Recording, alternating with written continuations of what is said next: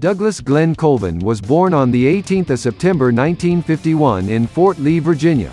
He was the son of an American soldier and a German woman. As an infant, his family relocated to West Berlin, West Germany, due to his father's military service. His father's military career also required the family to relocate frequently. As a result of these frequent moves, Douglas had a lonely childhood with few real friends. His parents separated during his early teens and he remained in Berlin until the age of 15, when he along with his mother and sister Beverley moved to Forest Hills, New York in order to escape Dee Dee's alcoholic father. There he met John Cummings and Thomas Erdelyi, then playing in a band called the Tangerine Puppets, named after a Donovan song. Dee Dee and Cummings, later Johnny, quickly became friends, as they were both social outcasts in their middle-class neighborhood.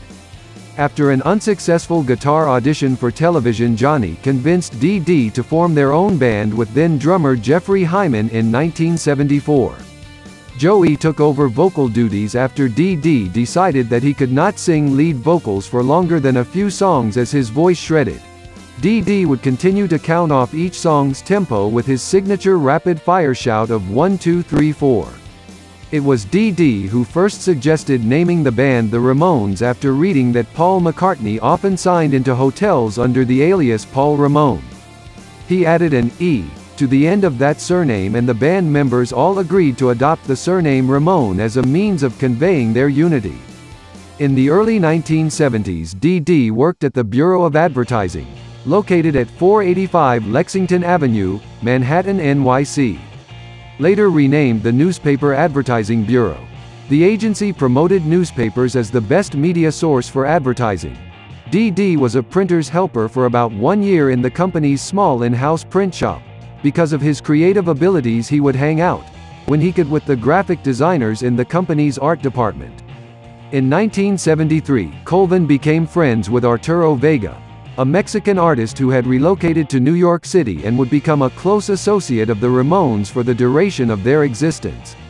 Officially dubbed their artistic director, Vega designed their famous logo and oversaw stage lighting and had other duties as needed.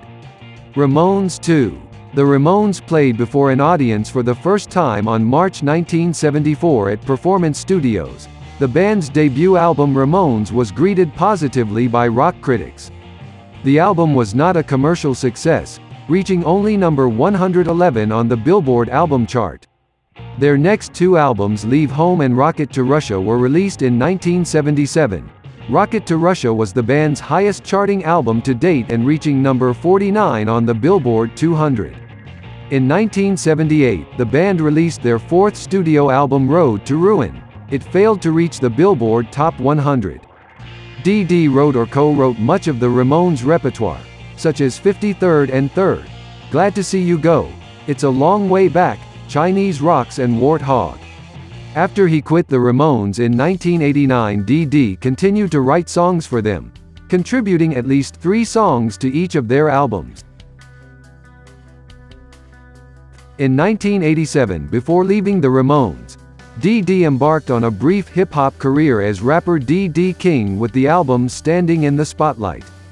Dee Dee had recorded Funky Man as Dee Dee King in 1987. Music critic Matt Carlson wrote that the album will go down in the annals of pop culture as one of the worst recordings of all time. After the album failed, he returned to punk rock with various short-lived projects such as Sprocket.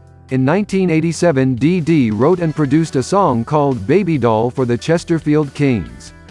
Months after he left the Ramones in the fall of 1989, Dee Dee already performed songs such as Poison Heart and Main Man with his band the Spiky Tops.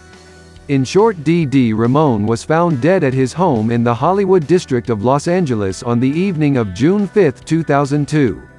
An autopsy established a heroin overdose as the official cause of death. He had been booked to perform at the Majestic Ventura Theater, which ended up being a memorial show in his honor.